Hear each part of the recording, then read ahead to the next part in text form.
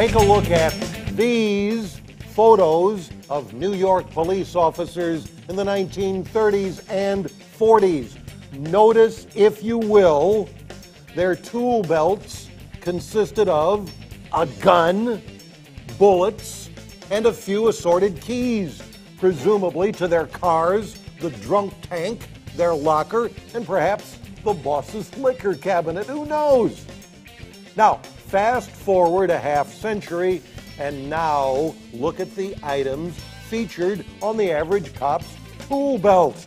Guns, bullets, clips of bullets, OC spray, flashlight, baton, cuffs, extra cuffs, radio, the taser device, 3 French hens, 2 turtle doves, and a partridge in a pear tree. The list is endless. And one veteran officer riding to the rescue, whom we are officially dubbing the Lone Rearranger, has flown in on winged cape to declare officers' lives can be saved with some relatively simple tool belt reconfiguration. We are all leathered up here for the world's internet debut of the Hindi duty belt on Crime Time.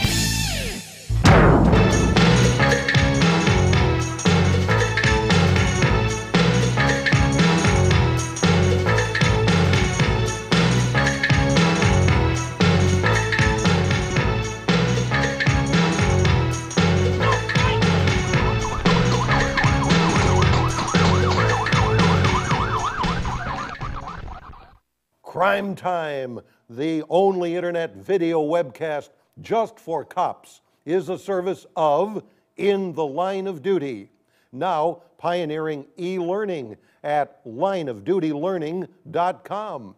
Learn how your department can save gas and still get quality training via the internet. From the far-flung corners of the globe, the Crime Timers have joined us by air, by sea, by Pony Express, and even one on the back of a yak to proffer their sagacity, perspicacity, and Kansas City. To the proceedings. Paramedics are in hand with oxygen, digitalis, and vitalis should tempers flare and rockets red glare among the brew crew consisting of the most comely police clinician in the lower 48, and for that matter, the upper 48, Dr. Angela Nunley, that pepper pot of the Ozarks, Sergeant retired Richard Simpfer, former director of the St. Louis PD's Training Academy and a living legume. Deputy Chief retired Gregory Hawkins of the St. Louis Metro PD, who has long been the balancing antidote for us as we generally OD about 15 minutes into each Crime Time.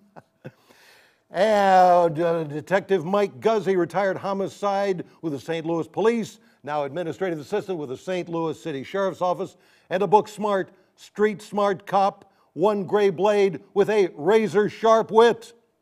And in the chair normally occupied by Captain Kevin Murphy, who is on vacation at Wally World, all by himself, Officer Bob Hindi, the pioneering developer of the Hindi Duty Belt, the Raptor Combat Knife, and a new product he's calling 20 Mule Team Borax. Hello, Crime Timers. Hi, back to you. When you went on the streets as a young cop in 1970, what was on your duty belt? I had my 6-shot revolver, Smith & Wesson revolver, a handcuff case, and one extra pack for 6 bullets. Mike, fast forward 3.5, 4.5 decades. Now they wear everything but the kitchen sink. What is your take on the change between then and now? Well, clearly you got a lot more equipment. Some of this stuff didn't exist. Nobody knew what a taser was in 1974 when I came on. You have a much more sophisticated holster. We had the old Widowmakers with the flap with a snap on it. We didn't even have individual radios for patrol officers when I first came on. And then, of course, we didn't have need for extra magazines because nobody had a semi-automatic pistol. We all had revolvers. The sophisticated ones had speed loaders rather than just the loose bullets to reload. So, I mean, technology is advanced. You know, we don't use typewriters anymore. We use computers, and we don't use these relatively primitive now leather assemblies. We tend to have the higher tech Gore-Tex fabric devices. Rich Simpfer, is it all to the good, or is this getting a little too weighty? Well, it certainly puts more weight on the officer. When you add up the baton, the mace, how many magazines they're carrying, 16 rounds, 32, one in their pistol if they're going to the pistol, all of that. However, all of those belong on the tool belt because we are expected to do a different kind of job with a different kind of public held by different standards today. So these are great tools, but they've got to be put on that belt so that we can get to them to do the job the public is asking. Angela, why would a woman, generally physically more diminutive than the male of the species, want to have a job that will require her to carry around 15, 20 pounds of stuff? Well, I would imagine if the females that are drawn to the profession aren't concerned about the equipment that they'll be carrying. Obviously, in my opinion, it's a personality draw that draws someone to the field, be it male or female. So I'm sure that's not even a concern, and it's certainly something that they're willing to endure in order to be part of the profession that they're drawn to. You know female officers who carry this stuff around? Yes. What do they say? Do they ever say, oh my God? Actually, to be honest, I've had more interaction with males that have complained about the weight of the duty belt. Actually, even dealt with a few officers who've had comp issues or tried to make comp-related issues with chronic back pain What? due to the belt. These whining, complaining men? Men. Well, and it's not the weight that women I would think complain about. Mm-hmm. It's that they are usually of smaller stature. Therefore, the waist is a little smaller, and there's just no there's just no room. Yeah, well, and that's true. There's just no room for all of this stuff. Yeah, there may not Okay, be. Hindi, it's on you. Why does the Hindi duty belt make a difference in all of the placement of all of this stuff? Well, actually, it's taken into consideration the strategic placement of the equipment. We're dealing with science, with ergonomics and biomechanical movement, and if we place certain pieces of equipment, and I talk about life-saving, essential pieces of equipment in the front where it should, it can be accessed very easily by either hand. So when we talk about placement, we talk about the location of a piece of equipment, and when we talk about positioning, we consider the angle. By combining both placement and positioning, you'll find the officer can access their equipment extremely quick under high-stress conditions, and that's what this job is all about. Well, give us a little bit more. How did you come to the point where certain items are in certain places and ergonomically appropriate, et cetera, et cetera? Well, I actually set it up appropriate for myself. My department has such a flexible policy that allows us to rearrange things, and when you consider that, if you want to talk about that later on, that can be a road to destruction. In actuality, we can talk about that later through the academy. However, when you put your equipment in different places, and I set it up in such a way that it was accessible by either hand, because I realized in certain fights and conflicts that I've been involved in, I was unable to reach and access the equipment to the quarter or to the rear side of my belt. Mm-hmm. And that became a real problem. So once I developed that, I went to a major seminar. I started teaching and producing or promoting that setup. And we have gone unchallenged and not one negative in the last 8 years with regard to this system. And then, of course, after talking to all the tactical experts, we then went to the medical experts to address the issues that we're just talking about, and that's back injuries, ACL injuries, which are the two foremost leading injuries to an officer today, and this system helps to alleviate that. Ron, I saw, I guess, Bob's came to us, what, 4 years ago now or something like that, and was developing his DVD, and when I saw it, I said, my goodness, we need to jump on this, because as an academy director, being through it as an officer teaching, we would teach the new officers, the recruits, exactly where to put this stuff based on what we believed was the best way to get to the equipment, the most comfortable, but yet the best way. And then as soon as they would go out, they would see their partners, their sergeants, people they respected within the department, putting it on different areas, and the rules were very lax. And bam, equipment was going everywhere. Some of it was being left in the car because I won't need the baton. I'll use this 5-cell Kel-Lite, and on and on and on, you know. So when I saw that this stuff was being put on where either hand could get to it, and what got me was that when you're standing up, sitting down, it wasn't putting stress on the neck and the back. I said, this is something that we ought to get on board with, and I still feel that way. You know, I think, Ryan, one of the problems is you have a difference in age and time sitting even right here at this table. And when you have an officer, for instance, when I came to the academy, when you wore your dress uniform, you had to wear your gun cross-draw. It was mandatory. That was the only way you could wear it. It was set up for that.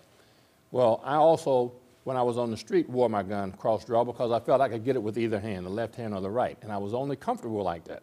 When they would try to force me to put it on this side, I was very clumsy with it, and this is your life out there. So even with the semi-automatic, when I'm off duty and have it in my waistband, I would carry it here because I'm more comfortable. And I think sometimes in the academy, even when they teach to put it in the best place, but then they forget the older guys who haven't been taught about what's the best place and the best way to carry it. So what you run into is a young guy comes out and says, well, you know, they taught me to put it here. And you have an older guy who's saying, well, if you're not comfortable there, son, put it over here, or put it here, or put it, you know, and I'm being facetious, wherever you can, it's comfortable for you, and where you can get it the quickest. So I think those two things have to be, you have to adjust those two things. You have to make sure that while you're teaching the younger guy that you also teach your supervisors and older guys the reason for that training. Mike, did you come out of the academy with your tool belt configuration one way and then go on the street and the old pals tell you to do it one way or the other? We all had to wear it the same way for graduation. So there was a uniformity to the class. After that, it was pretty much up to you. Did you change it? The first thing I did is I went out and bought a double thick belt because we had 38 revolvers, and then I had a .357 Magnum, which was also permissible. The gun was too heavy for the belt. It would pull the belt over on you and cause your pants to sag down. And it's really not the weight that bothers your back, it's the weight distribution. When you got a weight on one side and none on the other, it starts pulling all these important little parts in your lower back out of alignment. So I found that by getting a thicker, stiffer belt that would hold the weapon, I like to keep mine high and tight so I could keep my hands on it during a fight. I found that by getting a thicker belt, that assisted me and made me more comfortable. Well, Hindi, let's talk about specifically what your Hindi duty belt does. What is it all about? It's a system that puts together an ability for an officer to access all life-saving equipment with either hand. Non-essentials don't belong in the front. An officer can access very easily all his equipment with either hand, and that's what's necessary in combat. Now, when we talk about equipment placement, okay, this is strategically placed, but also it's equally weight distributed. It goes along the front, it's very comfortable to wear, and it's extremely fast and accessible in high-stress situations. Is it the same configuration for male, female, height, weight, etc.? Yes, for the most part, yes, but there are some females who have smaller waists, of course, and then, of course, you just take the handcuffs and place them to the back behind the firearm, so long as it's separated by a mandatory keeper so there's no obstruction or interference.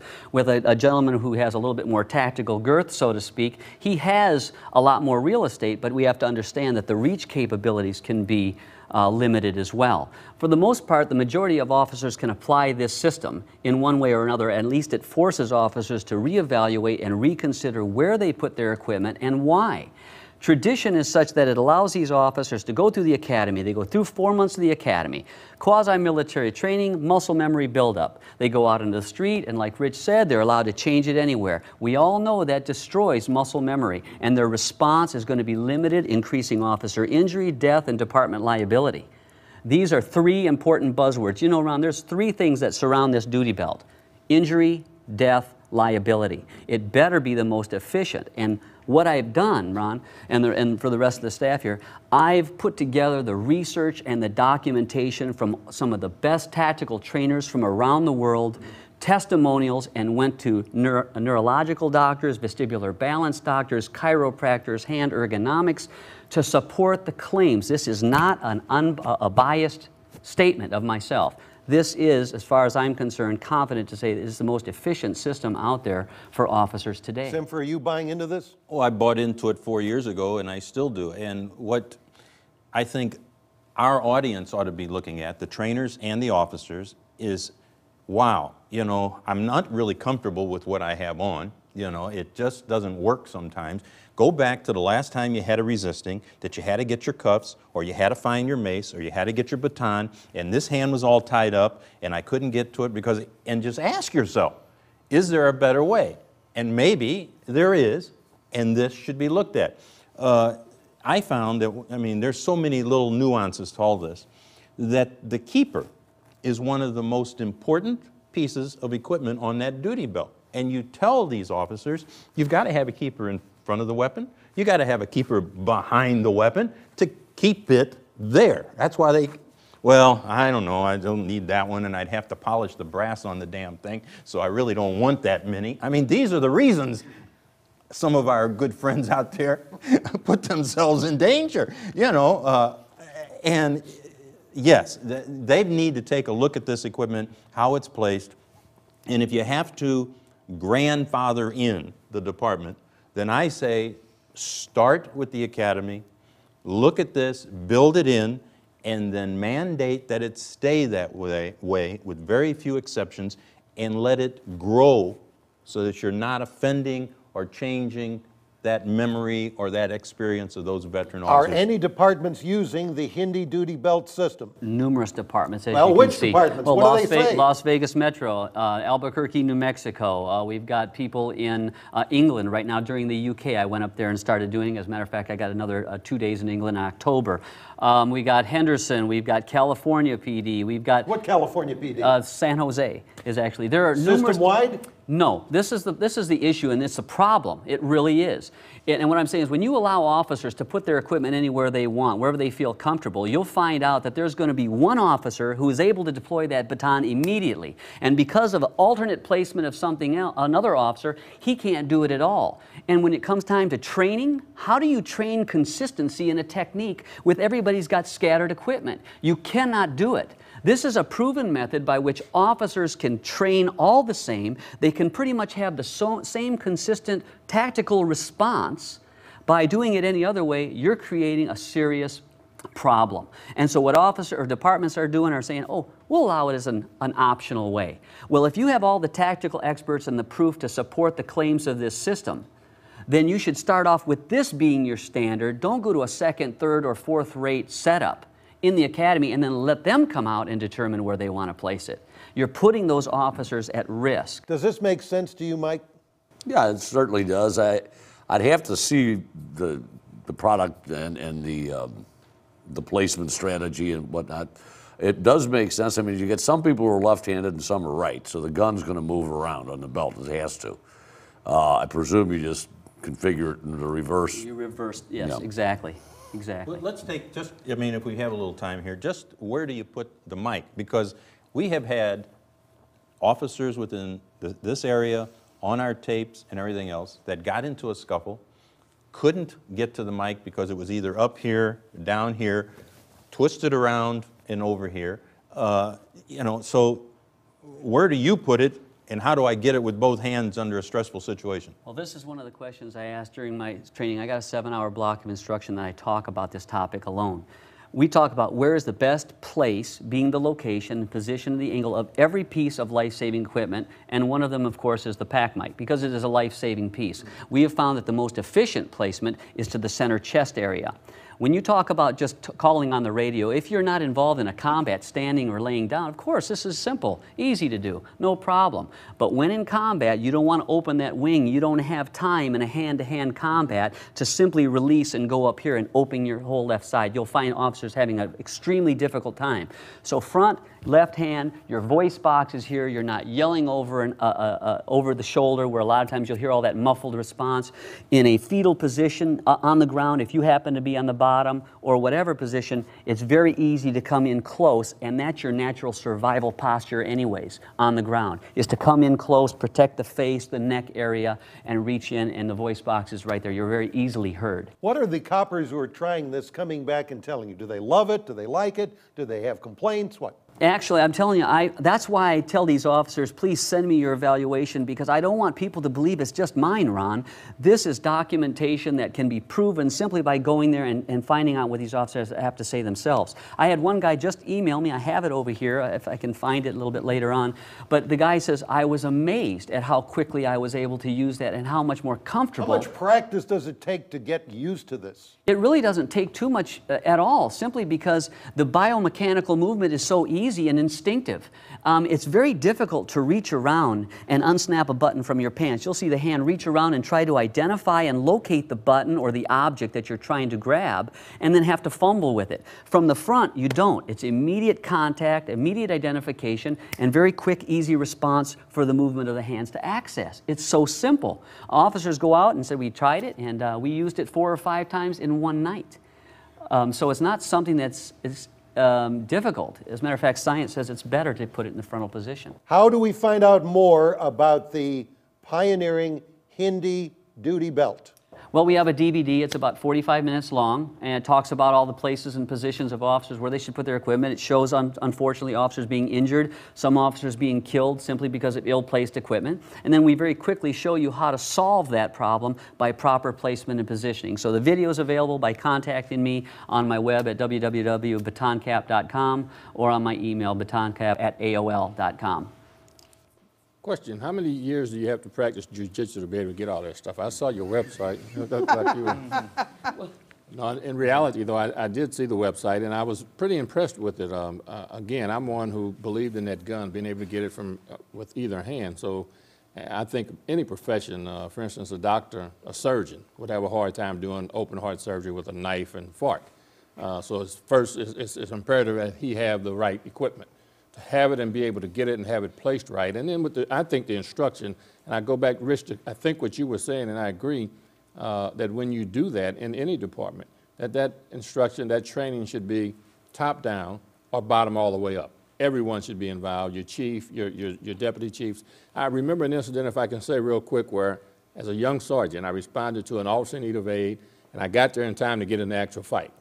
And during the course of trying to subdue this individual, when we got back to the station, after getting him handcuffed and thrown into the cruiser and so on and so forth, we get back and my handcuff case is open. My handcuffs are gone. We take all the officers back, look for them, we can never find them. I always remember that because I was allegated and reprimanded because I had a captain at the time who said it's impossible for your handcuffs to come out of your handcuff case. Now, he was not willing to do anything to show, and it was a man I respected greatly, that these handcuffs could come out of the case. He was tunnel vision that those handcuffs can't come out and you had to do something wrong. So we have to change the mindset of everyone when you go into something like this. And the mindset of this is that it looks different. It isn't that nice, clean, all the way around look. It's a duty belt with equipment strategically placed to get to. So when officers see it at first, it's like, that doesn't look like everything's always looked. And it's something new. And we all have a problem with new. But I really think that everybody ought to give this a look and a try because it's going to save people's lives. If I may, this is probably one of the most important issues surrounding an officer's individual ability to survive and to protect others, Ron. You see Colonel Grossman out there, he's talking about the tactical mindset. Then you'll see people like Tony Blauer talking about ground fighting. You'll see other people, but you know something? I talk about the Spartanistic mindset, physical, mental, and then of course comes tactical. I don't care what your mental mindset is. I don't care about how physical you are, how coordinated you are, how fast you are. If your equipment isn't properly placed for access, it doesn't matter. You're going to be a step behind. On this area, I don't know, I kind of give an analogy of a Sprint commercial of some sort. Some guy says, hey, do you need my phone? He goes, what do I need your phone for? I got my own, just like a belt, you know? And then the guy moves his head like this, and you see 10,000 people behind him. That's what this is about. This isn't a Bob Hindy thing. It isn't a sell a DVD thing. It's to keep an officer alive. And I get extremely passionate, and I get fired up, because if you can't access all your equipment with either hand, with that type of speed, your system is deficient, period. Mike, were you ever in a fight, ground fight, or scuffle where you find yourself looking around or twisting around to try to find handcuffs or mace, gun, or anything? Well, the number one thing you do in any kind of physical confrontation is you make sure your weapon stays secure.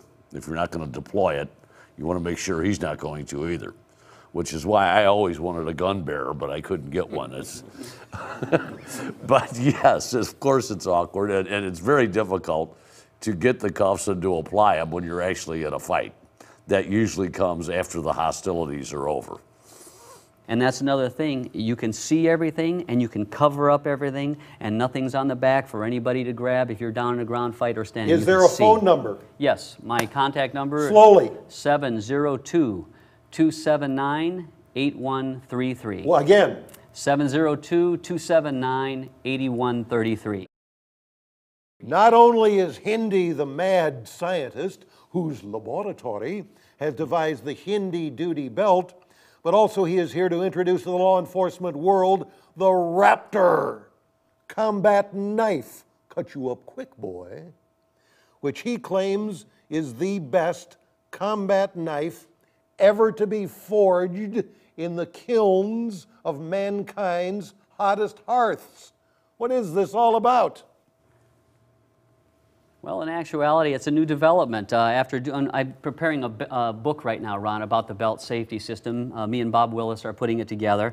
And when I started looking about the way people wield their knives around, whether it's a single blade or a double-sided blade, I know that there was only certain movements that could be utilized with that type of a knife. When I considered a quad or a four-bladed system, which can be wielded around in any direction. Of course, knives are used to cut seat belts, but if you look at the majority of officers out there, their mindset is a last-ditch effort to survive or to cut seat belts. That's pretty much its primary purpose.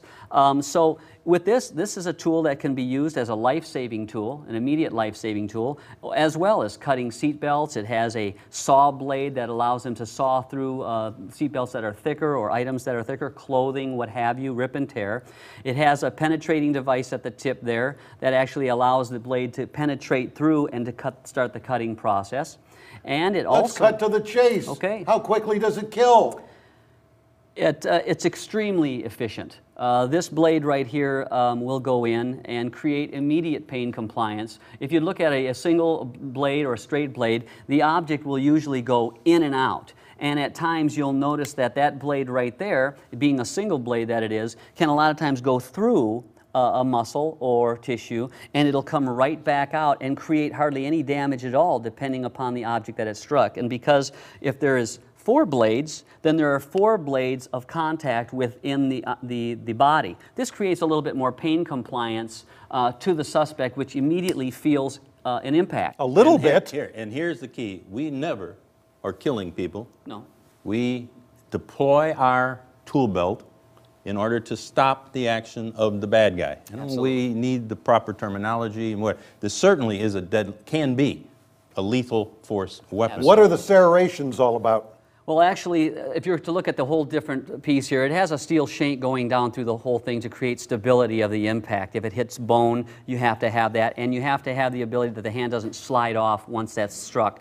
It's got a steel tip with a steel shank running through it. There's reversed striations on here that actually allows a cutting or a sawing movement if you need to get off clothes. And also, if it does go into an object, it catches a little bit more of the flesh and pulls, creating more pain compliance. A little bit more? Yes, it can. It can create a lot more or a little bit more. But you got to understand, Ron, we've got knives and we've got guns out there that are life-saving, deadly force tools. This looks different, just like the belt system. But when they find out an officer needs this isn't for people to see out in the public and everything. It's in a sheath.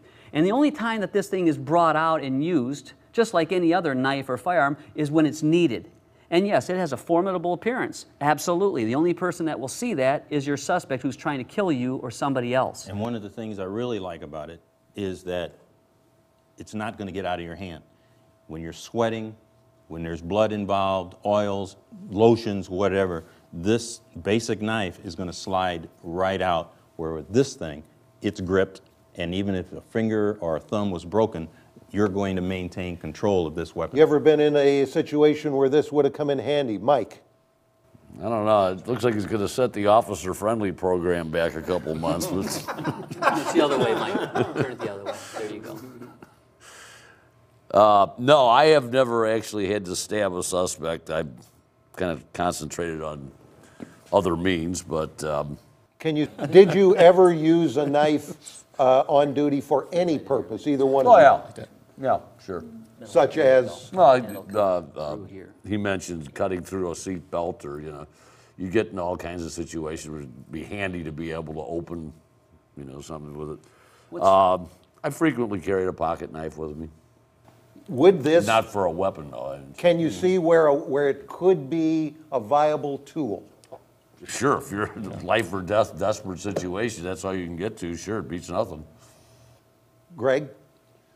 Yeah, I think it would be very good at close range if you had been disarmed of your firearm and needed something. I just, again, has this ever been used?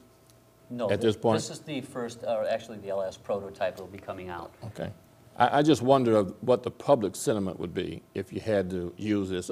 If you had to use it, I think you'd be fine, but if we had some officer who arbitrarily used it when he really didn't have to. The you-know-what is going to hit the you-know-what. Right, I would think because it looks brutal. I mean, it appears to be something that It law does. It looks enforcement wouldn't like carry. something that a gang would Yeah, have. yeah. But you consider deadly force. And officers can grab anything they need at that time. And a lot of times they're reaching for stuff that they can't access. Right. And a lot of times when they do access it, it doesn't have the desired effect. We're not talking about I get a second chance here. We're talking about my life's in danger, I don't have my firearm for some reason, or I can't access it, and I need something to stop the threat immediately. Are you all buying into this, Angela? I just wanted to add, I mean, it's just, if particularly for women, if you've ever taken a self-defense course, they teach you to walk to your car with your keys positioned like that in order to use it as a defensive posture. So this is just seems to be a very high-tech version of that same type of concept. Can you all buy into this like as a last resort life-saving? I sure could, yeah. Sure. And that last statement about females, of course, grip is necessary. Right. If anyways to put this grip, you'll find out that if you're hanging on a pole, you'll find out that when you're hanging, the first thing to release is your thumb. Next will be your pinky, and then even your index finger. These two are the hooking. It's almost extremely impossible to get that out of a person's hand who clamps down on that. And that's why that ergonomic development of that grip is so essential. You feel so much security and more power with that. Now we have a holder that allows universal placement and positioning at any location, so an officer can put it on his ankle, he can put it in his armpit, he can put it in his jacket. This primarily is made for military elite, police officers, security, special operations, plain clothes, detectives, anybody whose job may entail a life and death response. The Raptor combat knife, only available through batoncap.com. Right, the Raptor is developed by Hindi and Martinez. Officer Hindi is also an integral part of Volume 13 in our Line of Duty video training series after he was involved in a little fracas at a local Walgreens store. Bob, briefly titillate and flagellate and pixelate us with the events that transpired when you went to buy your daughter some makeup at Walgreens. Well, I went to get my daughter's makeup. I was disgruntled because I had to go out such a late period of time. She has a habit of doing that. And I got down there, and of course, Murphy's Law applied. You get there, and of course, the subject up there was a robbery in progress in front of me. I saw the female get hit, or what I assumed for her to get hit. And The cashier. Yes, the cashier. You're watching it on And- video right now. And subconsciously, I just reached out to protect the woman. This was a spontaneous response of mine. It was nothing thought out, not trying to be a hero, and I think most officers would do the same. I grabbed on, and I can remember going through the air, my God, I hope he doesn't have a gun or a knife. And that's where the story ends, because you're not going to get the final denouement unless you buy the program in volume 13, and it is exciting. Finally, if you'd ever have to use everything on your tool belt, it might not have made much difference if you'd been dealing with 34-year-old Stanley Koborowski of North Providence, Rhode Island. It seems Stanley, gentleman and lady, was stopped after he drove onto a highway message board on I-95 in Providence. Maybe the sign said, "Eat here." Who knows? The officers stopped Stanley, but they didn't stop him, if you know what I mean. See, Stanley refused to get out of the car because it seems he couldn't get out of the car. And a subsequent BAC showed why he couldn't get out. Stanley tested at .491. The highest readings Rhode Island troopers had ever seen for someone who wasn't dead. Now, have any of you ever stopped anybody who beat .491? Mike Guzzi. I think that one night Hawkins might have been in there running, but no, not documented. No.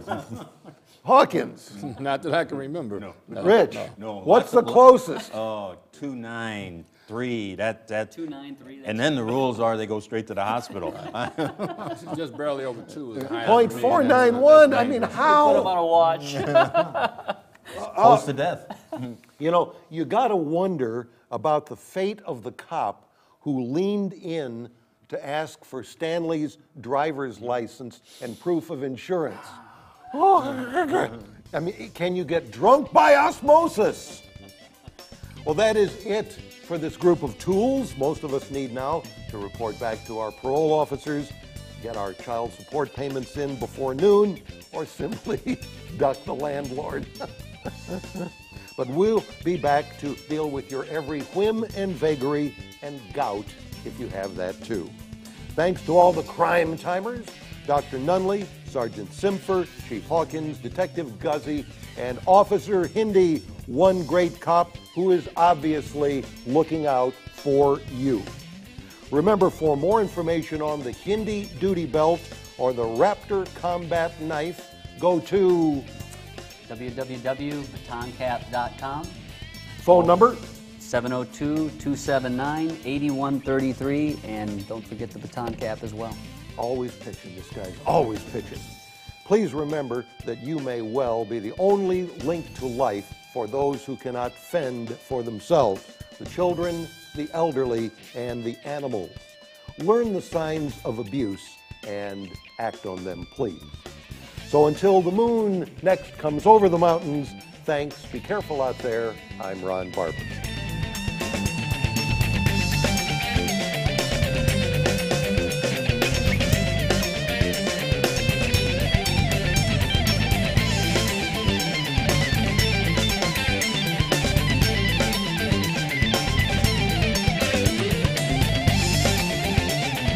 You're listening to and you're watching CrimeTime, an audio and video service from In the Line of Duty.